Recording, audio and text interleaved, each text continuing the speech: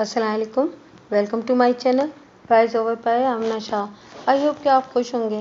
कहानी शुरू करने से पहले आपसे रिक्वेस्ट है कि अगर आपको मेरा कंटेंट पसंद आता है तो प्लीज़ मेरे चैनल को सब्सक्राइब करें और लाइक करें।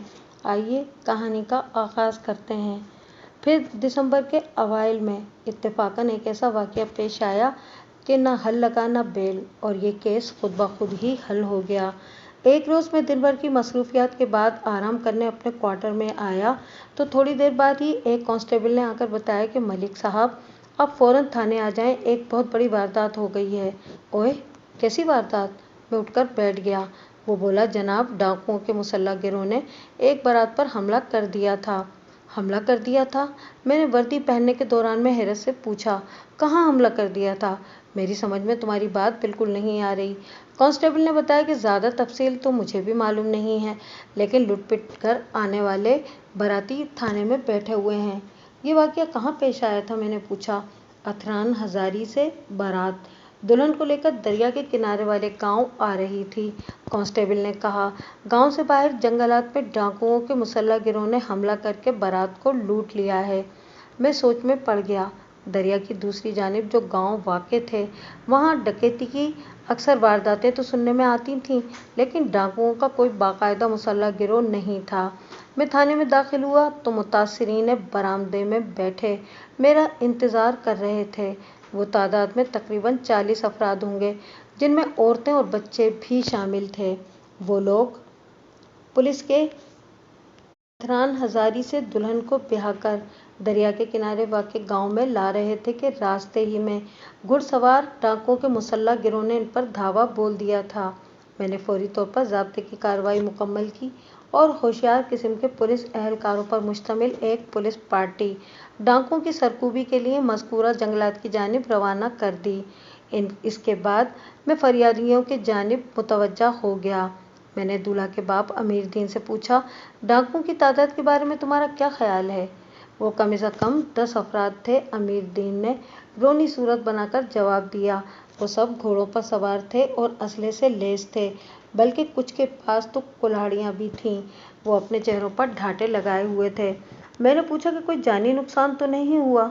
नहीं जनाब, कोई बंदा मरा तो नहीं, लेकिन हमारे अच्छे खासे आदमी जख्मी ज़रूर हुए हैं। पर हमने भी 2 डाकुओं को अच्छा खासा मज़ा चखाया है। क्या मज़ा चखाया है? अमीर दीन ने बताया कि जब डाकुओं ने तमाम जेवरात और कीमती सामान पर हाथ साफ कर लिया तो बारात में मौजूद कुछ नौजवानों को अचानक जोश आ गया। इस वक्त डाकू फरार होने के लिए घोड़ों को एड़ लगा ही रहे थे।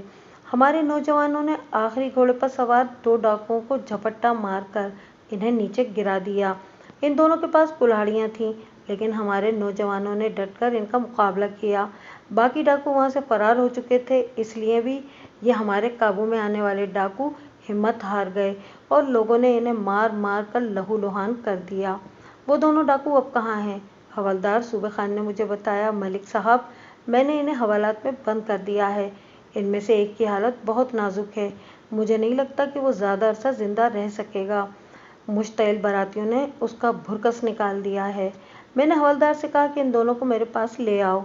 थोड़ी ही देर में 2 डाकू मेरे कमरे में मौजूद थे। इनमें से एक को मैं देखते ही पहचान गया। वो नीम बेहोशी की हालत में था। मैंने हवलदार से पूछा कि सूबे खान, तुमने इस डाकू को पहचाना नहीं? सूबे खान ने गहरी नज़रों से इस डाकू का जायज़ा लिया। इसकी आंखों में शनासाई की चमक नमूदार हुई। पुरजोश लहजे में बोला, मलिक साहब, ये तो पूरी बदमाश है। बिल्कुल दुरुस्त, मैंने कहा। शायद तुमने पहले इसकी दाढ़ी की वजह से इसको नहीं पहचाना। हमारे पास इसकी जो तस्वीर है, इसमें ये दाढ़ी के बगैर है। आप ठीक कह रहे हैं, सूबा खान नदामत आमेज लहजे में बोला। मैं पहले इसे वाकई नहीं पहचान सका। फूरी के साथ जो दूसरा डाकू बारातियों के हत्थे चढ़ा था, इसकी हालत बेहतर थी। मैंने इसे दोबारा हवालात में भेज दिया और फूरी को जल्द से जल्द जिला अस्पताल के इंतजामात में मसरूफ़ हो गया। 1 हफ्ते के इलाज मुआवजे के बाद इसकी हालत कुछ संभल गई, लेकिन डॉक्टर इसकी जानिब से पुरुम्मीद नहीं थे। बारातियों ने इसके जिस्म पर इतने डांग सोटे बरसाए थे कि इसका बचना मुहाल नज़र आता था। खुसूसन सर में आने वाली चोटें शदीद थीं। जब फूरी को यकीन हो गया कि वो अब बच नहीं सकेगा, तो उसने सब कुछ सच बताने का फैसला कर लिया। जब ज़िंदगी की उम्मीद ही बाकी ना रहे तो इंसान کے پاس جھوٹ بولنے کا کیا جواز رہ جاتا ہے۔ پھوری نے موت و زیست کی کشمکش میں مبتلا ہونے کے دوران میں جو بیان دیا، آپ اسے پھوری کا ایک بالغ جرم بھی کہہ سکتے ہیں اور اس کیس کی آخری کڑی بھی۔ پھوری کے بیان کے بعد یہ زنجیر مکمل ہو گئی تھی۔ میں مختصراً آپ کی خدمت میں پیش کر رہا ہوں۔ پھوری دل میں یہ تہیہ کر کے جمیل اور عابدہ کے تعاقب میں نکلا تھا کہ اسے جیسے ہی کوئی مناسب موقع ملا وہ ان دونوں کو موت کی نیند سلا دے گا۔ اگر عابدہ اسے حاصل نہیں ہو سکتی تو پھر وہ اسے کسی دوسرے کا بھی نہیں ہونے دے گا۔ اس مقصد کے لیے ایک تیز دھار خنجر بھی اس نے اپنے ساتھ رکھ لیا تھا۔ شور کوٹ تک وہ نہایت کامیابی سے ان کا پیچھا کرتا رہا تھا، لیکن اس کے بعد وہ اچانک اس کی نظروں سے اوجھل ہو گئے تھے۔ پھوری سٹ پٹا کر رہ گیا، تاہم وہ ان کی تلاش میں پہلے بستی اسلام گیا، پھر واپس شور کوٹ لوٹ آیا۔ ایک دن وہاں گزار کر وہ پیر محل آ گیا۔ یہاں بھی جب تلاش لا حاصل رہی تو وہ کمیر رانا سے ہوتا ہوا حویلی بہادر پہنچ گیا۔ اس دوران میں اچھے خاصے دن گزر گئے تھے۔ وہ 19 جون کو حویلی بہادر پہنچا تھا۔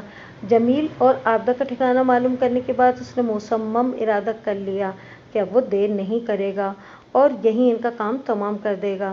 شب بسری کے لیے وہ نہر کے پل کے ساتھ بنی ہوئی پختہ سیڑھیوں کو استعمال کرنے لگا۔ دن میں گاؤں کی عورتیں ان سیڑھیوں پر بیٹھ کے کپڑے وغیرہ دھویا کرتی تھیں، لیکن رات میں کوئی اس طرف کا رخ نہیں کرتا تھا اور بالکل سناٹا ہوتا تھا۔ وقوعہ کی رات نصف شب کے قریب پھوری نے دوڑتے ہوئے قدموں کی آواز سنی۔ تھوڑی دیر کے بعد 2 قدم اس کے قریب آ گئے۔ اس نے پل کی آڑ سے دیکھا۔ اسے اپنی نظروں کے سامنے 2 افراد کے حولے نظر آئے۔ مزید قریب آنے پر اس نے دیکھا کہ وہ ایک مرد اور ایک عورت تھے۔ عورت تیز تیز قدموں سے چلتے ہوئے نہر کے کنارے کی طرف بڑھ رہی تھی، جبکہ مرد اسے ایسا کرنے سے روکنے کی کوشش کر رہا تھا۔ پھر جب وہ نہر کے کنارے پہنچ گئے تو پھوری کو ان کی آوازیں بھی سنائی دینے لگیں اور یہ آوازیں سن کر وہ ایک دم چوکنا ہو گیا۔ اس نے اپنے کانوں میں پگھلا ہوا سیسا داخل ہوتے ہوئے محسوس کیا۔ مرد کہہ رہا تھا، رک جاؤ عابدہ، یہ حماقت نہ کرو۔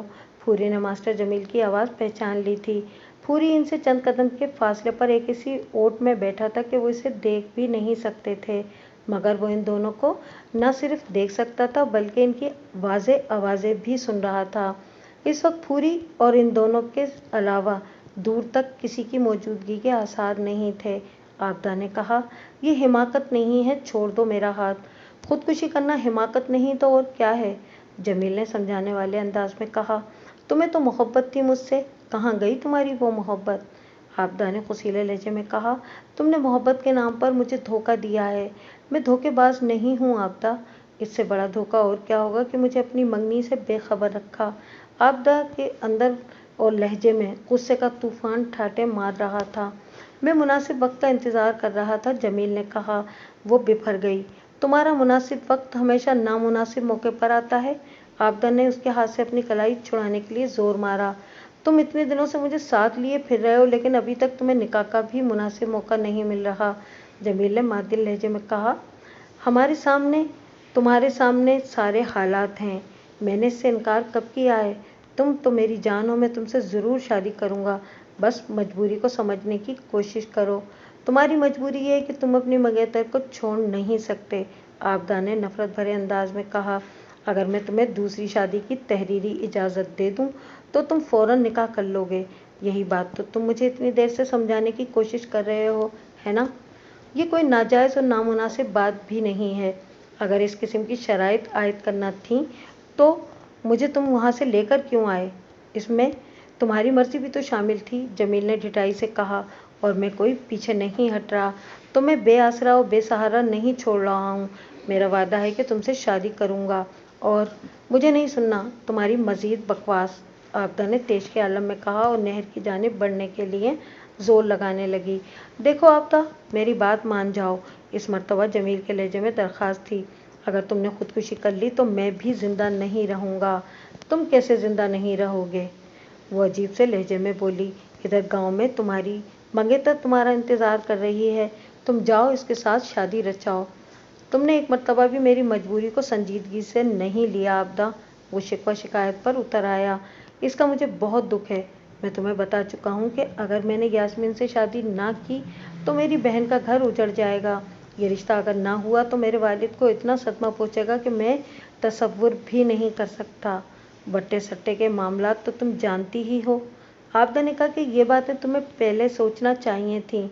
अगर तुम इतनी जंजीरों में जकड़े हुए थे तो मुझे घर से क्यों भगा कर लाए हो? मैं तुम्हें भगा कर नहीं लाया, तुम खुद भागना चाहती थी, जमील ने बेमुरवती से कहा। तुमको अपने घर से निजात हासिल करना थी, मैंने तो तुम्हारी मदद की है। तुम्हारी दुख भरी कहानियां सुन सुनकर मेरा दिल पसीज गया था। आबदा ने नफरत से उसके मुंह पर थूक दिया। तुम भी फिदा हुसैन की तरह हिजड़े हो। हम दोनों बहनों का नसीब ही खराब है। कातिब तकदीर ने हमारी किस्मत में कड़वे बादाम ही लिख रखे हैं, जो ऊपर से ज़्यादा दिलकश और खुशनुमा नज़र आते हैं। मगर मैं खालदा नहीं हूँ जो रुसवा होकर वापस चली जाऊँगी। मैं अपनी जान दे दूँगी या तुम्हें नेस्त नाबूद कर दूँगी। साथ ही आबदा पर एक जनून सा सवार हो गया। उसने अपने नाखूनों से उसको उधेड़ना शुरू कर दिया। साथ ही वो खूंखार आवाज़ में जमील को मुग़ल्लज़ात भी सुना रही थी। नामर्द हिजड़े, पता नहीं तुमने किस कुतिया का दूध पी रखा है कि तुम्हारे कौलो फैल में इतना तजाद पाया जाता है। अगर तुम्हारे अंदर एक बुज़दिल चूहा बैठा था तो मुझे क्यों बेघर किया? मैं अपने बाप के मुँह पर काला कर तुम्हारे साथ घर से निकली थी। अगर तुम अपनी बहन के घर को बचाने की इतनी फिक्र रखते थे और अपनी मंगेतर को अपनाने का इतना ही शौक था तो मुझे क्यों ख्वाब दिखाए? क्यों मुझे बर्बाद किया? क्यों, आखिर क्यों? मास्टर जमील की हिम्मत जवाब दे गई। उसके सब्र का पैमाना लबरेज हो गया। आबदा के अल्फाज ने उसके दिलो दिमाग में हलचल मचा दी थी। इसका पूरा वजूद जलजलों की जद में हो गया। वो गुत्थम गुत्था तो हो ही रहे थे। जमील ने दीवानगी के आलम में आबदा के गले में पड़े दुपट्टे को बल देकर बड़ी सूरत से गिरह लगाई और फिर उसे दबाता चला गया। इसके जिस्म की सारी कुव्वत सिमटकर इसके हाथों में आ गई थी। थोड़ी ही देर में आबदा ने हाथ पांव छोड़ दिए। फूरी को ऐसे लगा जैसे वो किसी खौफनाक ख्वाब से बेदार हो गया हो, लेकिन ये कोई ख्वाब नहीं बल्कि जीती जागती एक हकीकत थी। इसका काम खासा आसान हो गया था।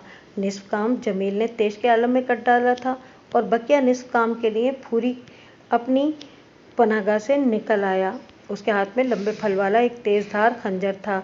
जमील की पुश्त फूरी की जानिब थी और वो फूरी की आमद से बेखबर लंबी लंबी सांसें लेकर हाँफ रहा था। अभी तक उसके हवास पूरी तरह बहाल नहीं हुए थे। उसके कदमों के करीब ही जमीन पर आबदा चित पड़ी थी। उसकी गर्दन में गिरा लगा दुपट्टा था, लेकिन इसके जिस्म और रूह का नाता मुनक़ते हो चुका था। फूरी एक कदम के फासले पर पहुंचकर रुक गया। जमील को इसकी आमद का एहसास हुआ था। फूरी होले से खंकारा तो जमील को 1000 वोल्ट का करंट लगा। वो उछलकर मुड़ा। इसी वक्त आने वाहिद में फूरी का खंजर दस्ते तक जमील के सीने में जाके धंस गया। जमील लड़खड़ाकर नीचे गिरा। फूरी ने पलक झपकते में इसकी जेबों के बटुए से एक तगड़ी रकम निकाल ली। इस दौरान में जमील का जिस्म फड़क फड़क कर ठंडा हो चुका था। नहर के किनारे के साथ साथ यहाँ वहाँ गड्ढे खुदे हुए थे। बाज़ गड्ढे तो खुश्क थे और चंद एक में बारिश का पानी भरा हुआ था। फूरी ने एक खुश्क गड्ढे को खंजर की मदद से खोदकर इतना बड़ा खला पैदा कर लिया जिसमें धान पान मास्टर जमील की लाश को छुपाया जा सके। लाश को सुपर्दे ज़मीन करने के बाद उसने ऊपर की मिट्टी को अच्छी तरह कूटकर बराबर कर दिया और इस घड़ों के आसपास ऊंची घास और खारदार झाड़ियां भी उगी हुई थीं। फूरी ने खंजर की मदद से खारदार झाड़ियों की कई शाखें काटकर इस घड़े पर डाल दी जिसमें इसने मास्टर जमील को दबाया था। चंद रोज बाद मौसम बरसात शुरू हो जाता तो ये गड्ढे लबालब भर जाते। फिर जमील का सुराग लाना मुमकिन ना रहता। इस काम से फारिग होने के बाद फूरी ने जमील और आबदा के गुत्थम गुत्था होने के आसार मिटाए। जमील का कुछ खून भी मिट्टी में जज्ब हो गया था। उसने इन धब्बों का भी बंदोबस्त किया। फिर निहायत चालाकी का मुजाहरा करते हुए वो आबदा को कंधे पर उठाकर निस्फ फर्लांग तक ले आया और नहर के किनारे एक जगह डाल दिया। मुझे आबदा की लाश वहीं से मिली थी, यानी चाय वारदात से निस्फ फर्लांग दूर। इस चालाकी से फूरी का मकसद ये था कि जब सुबह आबदा की लाश मिलेगी और जमील को गायब पाया जाएगा तो सबका ध्यान इसी तरफ जाएगा कि ये कत्ल जमील ही ने किया है और वारदात के बाद कहीं रूपोश हो गया है। मज़े की बात यह है कि जब मैं वकुआ के रोज़ तफ्तीश कर रहा था और मैंने जमील के कमरे का ताला तोड़कर उसका सामान चेक किया था तो इस वक्त फूरी हवेली बहादुर ही में था। फिर जब उसको ये मालूम हुआ कि मैं मज़ीद तफ्तीश के लिए खानेवाल जाने वाला हूँ तो उसने खानेवाल जाने का ख्याल दिल से निकाल दिया اور سیدھا اتھرن ہزاری روانہ ہو گیا۔ بعد ازاں وہ ڈاکوؤں کے گروہ میں شامل ہو گیا۔ ایک طویل عرصے تک اس بات کا اسے افسوس رہا کہ میں غفور عرف پھوری کو سزا نہ دلوا سکا، لیکن پھر یہ سوچ کر میں نے صبر کر لیا کہ قدرت کے ہر کام میں کوئی نہ کوئی مصلحت ہوتی ہے۔ جب پھوری کی سزا قدرت نے یہی تجویز کی تھی کہ وہ قسم پرسی کی حالت میں بستر پر تڑپ تڑپ کر جان دے دے، تو میں اسے جیل کی سلاخوں کے پیچھے کیسے ڈال سکتا تھا؟